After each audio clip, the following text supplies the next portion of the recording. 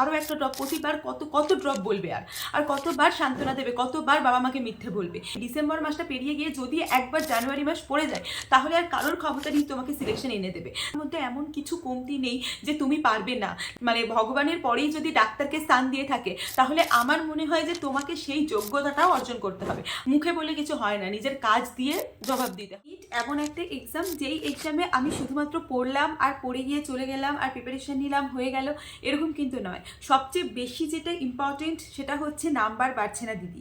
সবচেয়ে বেশি আমার কাছে যেটা মেসেজ এসছে, আমার কাছে যেটা ডিএম এসছে, দিদি আমি এত পড়ছি, এত রিভিশন দিচ্ছি, তারপরেও কিছুতেই আমার নাম্বার ইনক্রিজ হচ্ছে না, যেখানে ছিল সেখানেই আছে। আমার আর 200 নাম্বার ইনক্রিজ হওয়া দরকার, বাট সেখানে গিয়ে আমার মাত্র ওই 20-30 নাম্বার করে ইনক্রিজ হচ্ছে। আর মাত্র 6 মাসও বাকি নেই, 4 থেকে 5 মাস বাকি। এই অল্প সময়ের মধ্যে কি করে বাকি নাম্বারটা ইনক্রিজ করব? কি ঠিক বলছি তো? সবারই এখন কিন্তু কোশ্চেন এটা। আর আমার যেটা প্রবলেম হয়েছে, আমার চলছে পরীক্ষা, লাইভ আপডেটের একটা ভিডিও আসবে, সেটা তোমরা অবশ্যই আই গেস তোমরা দেখে নিয়েছো এতক্ষণে যখন এই ভিডিওটা লাইভ হচ্ছে। তো তোমাদের মতামত জানাও। আর সেই সঙ্গে সঙ্গে আমি যারা নিট অ্যাসপিরেন্ট আছো তাদের কিছু গাইড তোমাদের শেয়ার করে দিই, কারণ আমি বারবারই বলেছি যে তোমাদের গাইড করা আমি বন্ধ করব না।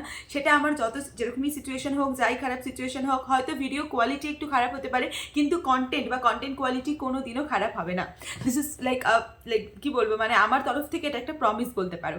ব্যাস, তো চলো উইদাউট এনি ফার্দার ডিলে আজকের ভিডিওটা স্টার্ট করি।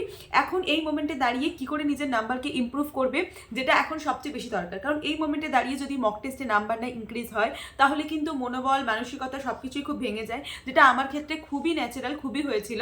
তো এটা যেমন একটা জিনিস, সেই সাথে তোমাদের জন্য আজকে একটা সারপ্রাইজ আছে, তো সেটা একটু দেখে নাও, তারপরে বাকি ভিডিওটা কন্টিনিউ করছি। বেশ কিছুদিন ধরে আমি আমার পার্সোনাল ডিএমএ এবং আমার ইউটিউব কমেন্ট সেকশনে প্রচুর মেসেজ পাচ্ছিলাম, দিদি মাত্র নাম্বার এত কম নাম্বারে আটকে যাচ্ছে, 300-400 নাম্বার পাচ্ছি, নাম্বার বাড়ছেই না, কি করে বাড়াবো বা কোন মক টেস্ট ফলো করবো। তাই তোমাদের সবার জন্য আমি নিজে পার্সোনালি একটা বুক তোমাদের রেফার করতে চাই। আমি নিজে এটা অ্যামাজন থেকে অর্ডার করেছিলাম।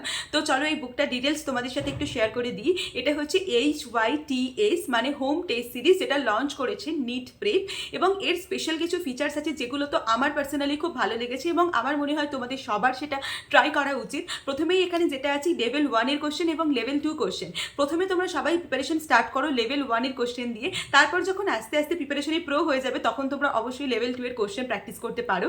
এবং সবচেয়ে মোস্ট ইম্পর্টেন্টলি এখানে ডায়াগ্রাম বেস যেমন কোশ্চেন আছে, ঠিক তেমনই অনেক রকম আরও ছক বেস বা যে কোশ্চেনগুলো পরীক্ষায় পড়ে চার্ট ওরিয়েন্টেড কোশ্চেন সেগুলোও আছে, এবং প্রত্যেকটা কোশ্চেনই কিন্তু এনসিআরটি বেসড। এখন কিন্তু এনসিআরটি বেসড কোশ্চেন পাওয়া খুবই কিন্তু অসুবিধার। শুধু তাই নয়, এখানে যে সমস্ত কোশ্চেনের সলিউশনগুলো একটা আনসার কির মাধ্যমে তোমাদের প্রোভাইড করা আছে, তোমরা যদি এটা পারচেস করো এই পুরো বুকটা কিন্তু পৌঁছে যাবে তোমাদের বাড়িতে।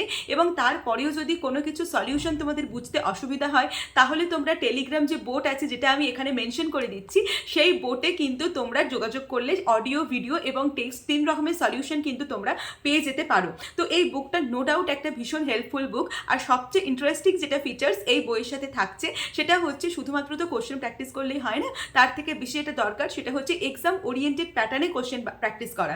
সেটার জন্য এখানে যেটা রয়েছে সেটা হচ্ছে ওয়েমার।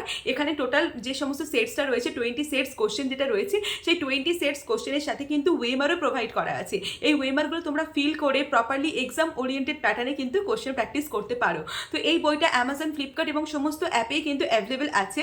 বাট তার সাথে যদি তোমরা স্পেশাল ডিসকাউন্ট চাও তার জন্য আমি নিট প্রেপের একটা ডিসক্রিপশনে যে সমস্ত ডিসকাউন্ট লিঙ্ক আছে সেটা আমি ডিসক্রিপশনে মেনশন করে দিয়েছি, তোমরা অবশ্যই চেক আউট করতে পারো। All the links are given in description box below, go and check it out.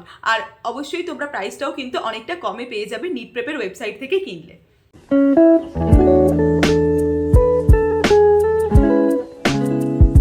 আমার মতে নিট এমন একটা এক্সাম যেই এক্সামে সবচেয়ে বেশি যেটা দরকার সেটা হচ্ছে মানে কনফিডেন্স এবং নিজের একটা প্রপার প্রিপারেশন। তোমরা যারা এখন মোটামুটি প্রিপারেশনের 60 to 70% জায়গায় আছো, মানে মক টেস্ট দিলে ওই মোটামুটি 450-500 এরকম নম্বর পাচ্ছ, তাদের জন্য একটা আলাদা স্ট্র্যাটেজি ভিডিও থাকছে, মানে তাদের জন্য আলাদা স্ট্র্যাটেজি কী করে নাম্বার ইমপ্রুভ করবে।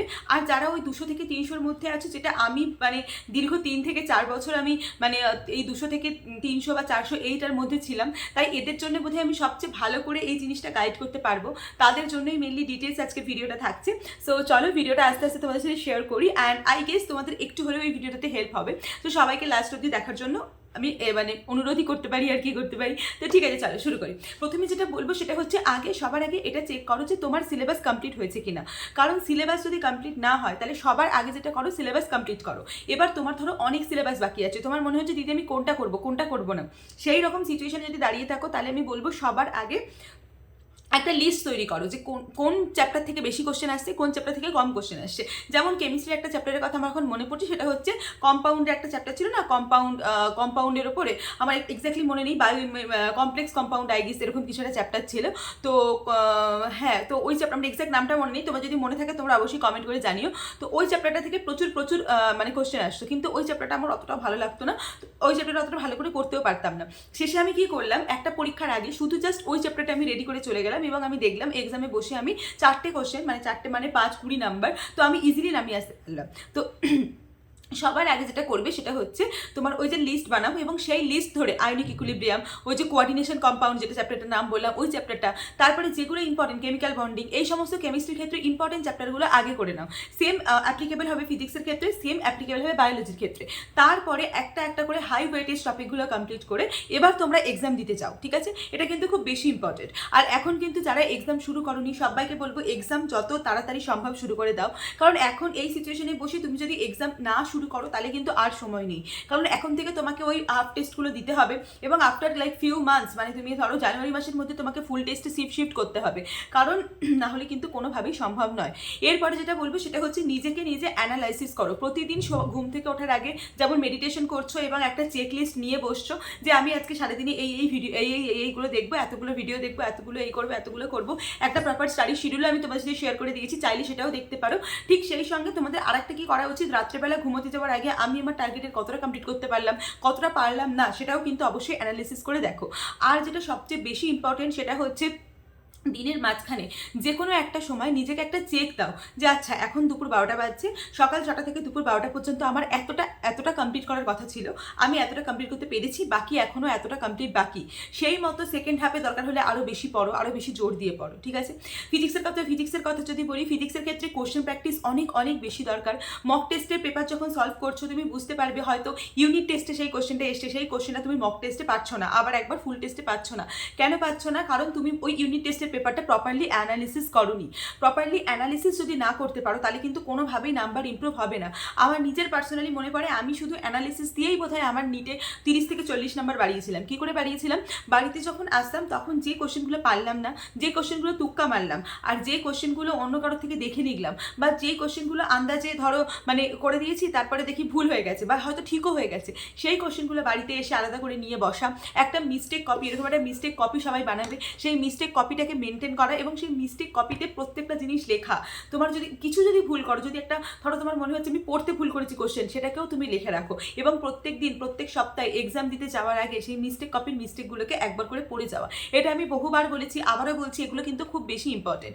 আর যারা বায়োলজির জন্য যাদের নাম্বার উঠছে না তাদের কথা আমি বলবো, বায়োলজি কিন্তু কোনো মতেই রিভিশন ছাড়া সম্ভব নয়। সকালে ওঠো, 2টো বায়োলজি চ্যাপ্টার একদম রিডিং দাও, রিডিং, আর কিচ্ছু না, তোমাকে না দেখে বলতে হবে না, তোমাকে বই বন্ধ করে বলতে হবে না, কিচ্ছু বলতে হবে না, তুমি জাস্ট প্রথম থেকে শেষ অবধি চ্যাপ্টারগুলো রিডিং পড়ে যাও, 2বার করে রিডিং দাও, তারপরে তুমি দেখো তোমার হয় কি না। আর ওর ক্ষেত্রেও কিন্তু ওই হাই ওয়েটের চ্যাপ্টারটা খুব ইম্পর্টেন্ট, যেমন ফটোসিনথেসিস রেসপিরেশন থেকে অনেকগুলো কোশ্চেন আসতো, আমি সবসময়তেই এগুলো পারতাম না, খুব অসুবিধা হতো, তখন আমি এটা ঠিক করলাম যে আগে আমি ওই 2টো চ্যাপ্টার করবো, তারপরেই আমি বাকি চ্যাপ্টারগুলো পড়বো।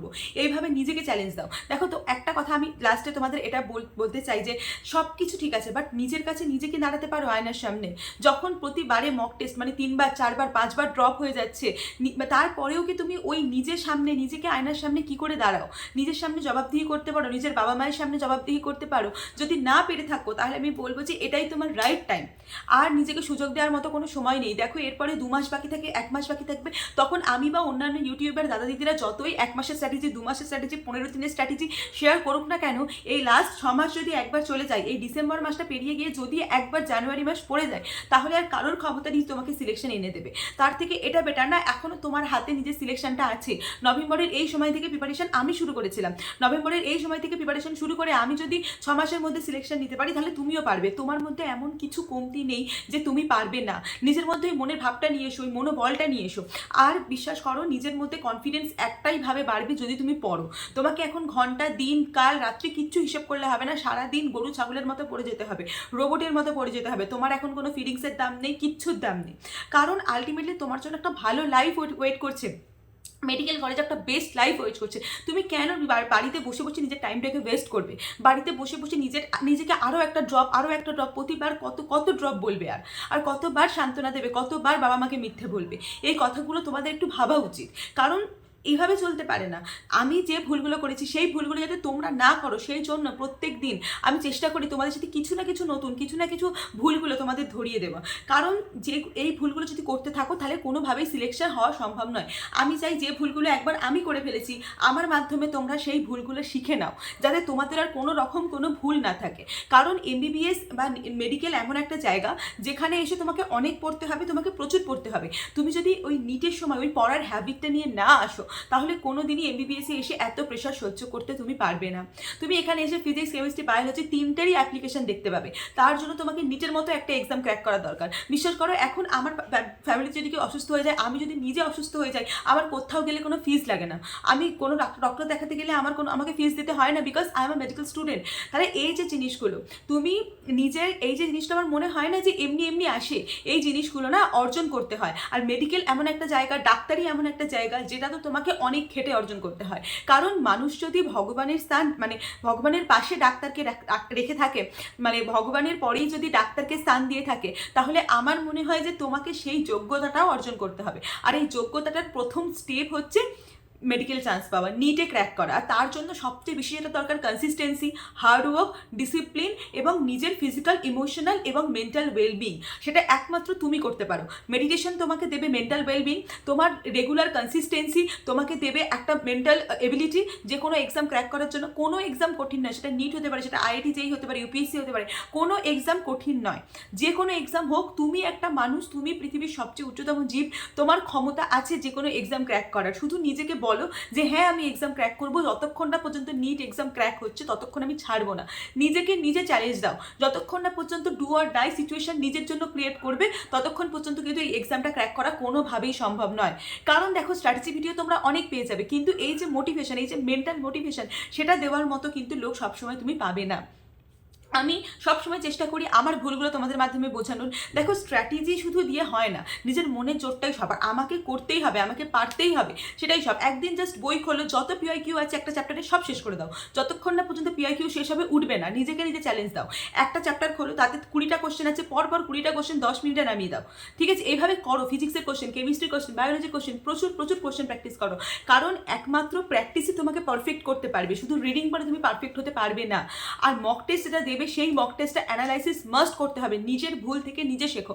নিজের ভুলগুলো যদি নিজে না শিখতে পারো, তাহলে কারোর ক্ষমতা নেই তোমার সিলেকশন দেবে।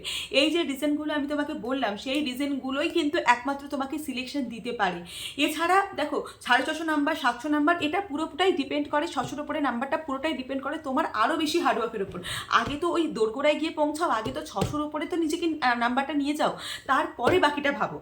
বিশ্বাস করো, একবারে 300 থেকে 650 যাম এরকম হওয়া পসিবল নয়। তোমাকে স্টেপ বাই স্টেপ এগোতে হবে, একটা একটা করে ধাপ এগোতে হবে। প্রথমে বায়োলজিতে নাম্বার তুলতে হবে, তারপরে ফিজিক্সে নাম্বার তুলতে হবে, তারপরে কেমিস্ট্রিতে নাম্বার তুলতে হবে।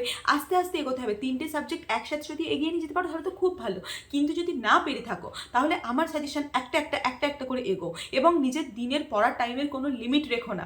কোনো রকম ফাঁকি, সোশ্যাল মিডিয়া, ইউটিউব, ইনস্টাগ্রাম, এগুলো যত কম করবে তত ভালো। তুমি যেদিনকে এগুলো সব ছেড়ে দিতে পারবে, যেদিনকে কোনো রকম মোটিভেশন ছাড়া তুমি জীবনে এগিয়ে যেতে পারবে, জানবে সেই দিনটাই তোমার জীবনের সবচেয়ে বেস্ট দিন। এবং সেই দিন থেকেই তোমার জীবনের এই যে ওলট পালট ব্যাপারটা শুরু হবে।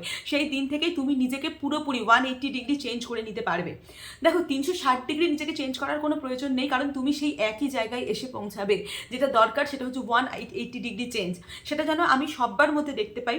আগের দিন অনেকে আমার ভিডিওতে কমেন্ট করেছিল, চ্যালেঞ্জ অ্যাকসেপ্টেড দিদি, চ্যালেঞ্জ অ্যাকসেপ্টেড দিদি। সেই চ্যালেঞ্জের কতটা কি হয়েছে, কি করেছো, কি না করেছো, কালকের কি টার্গেট, এই ভিডিওটা যেদিন দেখছো তার পরের দিনে তোমাদের কি টার্গেট আছে, তুমি কোন চ্যাপ্টার শেষ করবে, ফিজিক্সের কোন চ্যাপ্টার, বায়োলজির কোন চ্যাপ্টার, কেমিস্ট্রির কোন চ্যাপ্টার, আমি সবটা জানতে চাই। এবং নেক্সট মক টেস্ট তোমরা কবে দিচ্ছ তার ডেটটাও যেন কমেন্ট সেকশনে মেনশন করা থাকে। কারণ এইভাবে যদি পড়াশোনা না করো, যদি কাউকে নিজের সামনে রেখে পড়াশোনা না করো, তাহলে কোনোদিনও পড়াশোনা হবে না।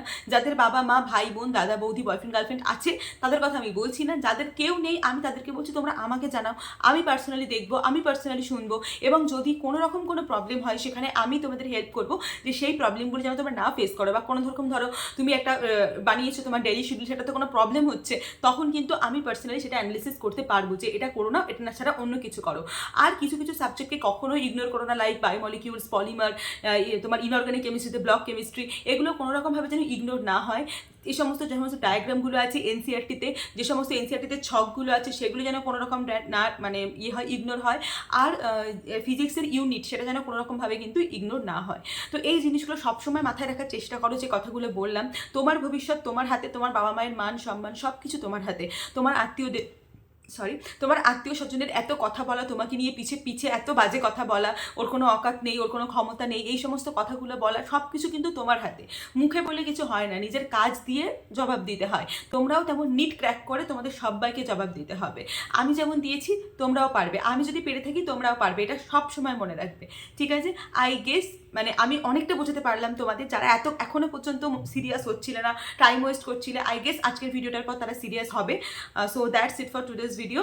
নেক্সট ভিডিও খুব তাড়াতাড়ি দেখা হচ্ছে তোমাদের সাথে, আমার এক্সামটা শেষ হলেই খুব তাড়াতাড়ি ভিডিও আসবে। সো ব্যাস, নেক্সট ভিডিওতে খুব তাড়াতাড়ি দেখা হচ্ছে অন্য কোনো একটা স্ট্র্যাটেজি ভিডিও নিয়ে। ততক্ষণ পর্যন্ত খুব খুব ভালো থাকো এবং খুব খুব ভালো করে পড়াশোনা করতে থাকো। বাই। আর একটা ইম্পর্টেন্ট জিনিস তোমাদের সাথে শেয়ার করার ছিল, যেটা আমি শেয়ার করতে ভুলে গিয়েছিলাম, তাই জন্য আমাকে ক্যামেরাটা আরেকবার অন করে শেয়ার করতে হলো। সেটা হচ্ছে তোমরা সকলে কিন্তু ওয়েমারে প্র্যাকটিস করা শুরু করো। আমি নিজে কি করেছিলাম, পার্সোনালি একটা ওয়েমার কিনে সেটাকে জেরক্স করে নিয়েছিলাম, অনলাইন থেকে ডাউনলোড করা যায়, আমার টেলিগ্রামেও দেওয়া আছে, তোমরা যদি চাও আমি আবার পিডিএফটা টেলিগ্রামে সেন্ড করে দেবো। তো ওয়েমার কেনো এবং ওয়েমার কিনে সেই ওয়েমারে প্র্যাকটিস করা শুরু করো, কারণ যতক্ষণ না পর্যন্ত নিজেকে ওই এক্সাম ওরিয়েন্টেড প্যাটার্নটা দেবে বা এক্সাম রিলেটেড প্যাটার্নটা দেবে, ততক্ষণ পর্যন্ত কিন্তু সিলেকশন পসিবল নয়। সো ব্যাস এতটুকুই বলে, এটা লাস্টে একটা বোনাস টিপ, যারা লাস্ট অব্দি দেখছো ভিডিওটা তাদের জন্য বলতে পারো। So that's it for today's video, see you in next video very soon, by.